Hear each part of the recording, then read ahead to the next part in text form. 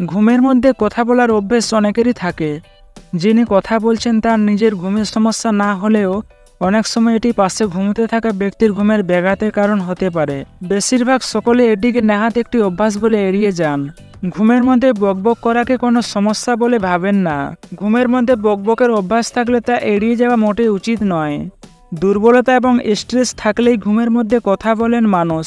বিশেষজ্ঞরা জানালেন এই সমস্যার বৈজ্ঞানিক কারণ এবং কিভাবে এই সমস্যা থেকে মুক্তি পাওয়া যায়। তো চলুন জেনে নেওয়া যাক। ঘুমের মধ্যে কথা বলার সমস্যাকে প্যারাসমনিয়া বলা হয়। এর অর্থ ঘুমের মধ্যে অস্বাভাবিক আচরণ করা। সাধারণ দেখা গেছে কেউ কেউ ঘুমের মধ্যে 30 সেকেন্ড কথা বলে, আবার কেউ কেউ তার চেয়েও বেশি।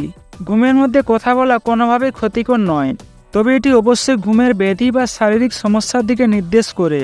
এই সমস্যাকে REM বা rapid eye movement slip behaviour disorder বলা হয়। কখনো কখনো দেখা যায় ঘুমের মধ্যে মানুষ চিৎকার চেঁচামেচিও করেন। এক্ষেত্রে আরও সতর্ক হওয়া উচিত, কারণ ভবিষ্যতে এটি ডিমেনশিয়া রোগের কারণও হতে পারে। যখন মানুষ ঘুমের মধ্যে স্বপ্ন দেখে তাকে REM ঘুম বলে। অনেক সময় মানসিক চাপ, স্বাস্থ্য সমস্যা, ওষুধের পার্শ্ব প্রতিক্রিয়া থেকেও এই সমস্যা হতে পারে। কিভাবে মুক্তি পাবেন এই সমস্যা থেকে? মদে আসক্তি থাকলে তা এখনই ছাড়তে হবে। শরীরের জন্য বিভিন্ন সমস্যাকে ডেকে আনার পাশাপাশি ঘুমে বকবক করার প্রবণতার মদের কারণ হতে পারে।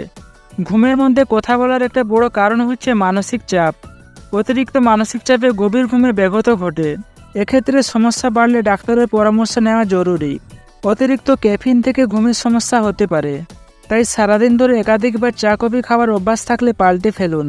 প্রতিদিন নির্দিষ্ট সময় ঘুমানো এবং ঘুম থেকে ওঠার অভ্যেস করতে পারেন। পর্যাপ্ত ঘুম, নিয়মিত 7 থেকে 8 ঘন্টা ঘুমানো প্রয়োজন। এতে সমস্যা অনেকটা কমবে।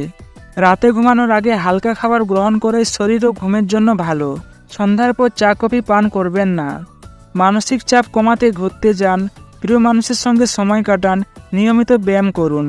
হাতের স্মার্টফোনটি কিন্তু ঘুমের সময় নষ্ট করে। ঘুমাতে যাওয়ার আধ ঘন্টা আগে থেকেই ফোন রেখে দিন। পাশের কাউকে বলে রাখুন, যদি নিয়মিত এমন ঘুমের মধ্যে কথা বলতে থাকেন তবে অবশ্যই ডাক্তারের পরামর্শ নিন।